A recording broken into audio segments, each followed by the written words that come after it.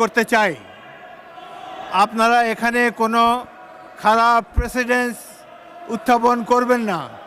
দয়া করে আপনাদের আসনে বসুন এবং মহামান্য রাষ্ট্রপতির ভাষণ শোনার জন্য অপেক্ষা করুন। সম্মানিত সদস্যবৃন্দ, মহামান্য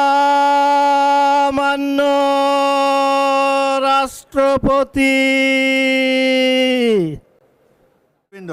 আমি এখন মহামান্য রাষ্ট্রপতি জনাব মোহাম্মদ শাহাবুদ্দিনকে তার মূল্যবান ভাষণ প্রদানের জন্য অনুরোধ জানাচ্ছি।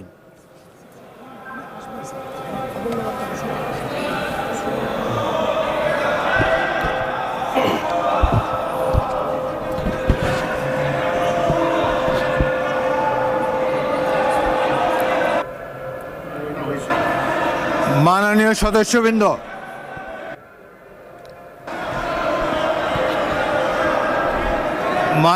সদস্যবৃন্দ, অনুগ্রহ করে আমার কথা শোনার চেষ্টা করুন। মাননীয়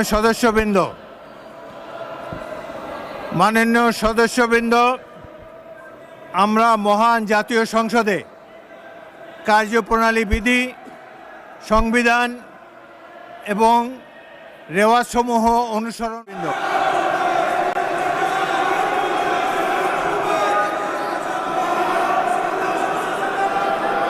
বিসমিল্লাহির রহমানির রহিম। সম্মানিত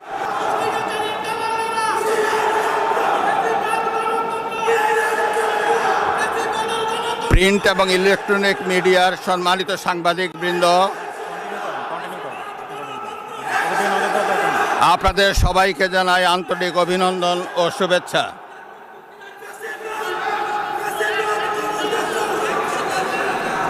জনাব স্পিকার,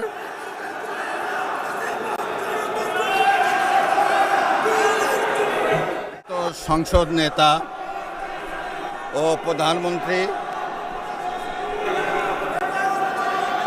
জনাব স্পিকার ও ডিপ্টি স্পিকার, হিজ এক্সেলেন্সিস,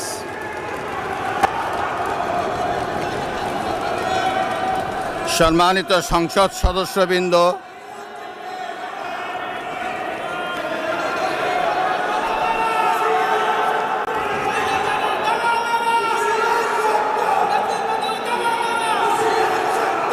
আমন্ত্রিত অতিথিবৃন্দ,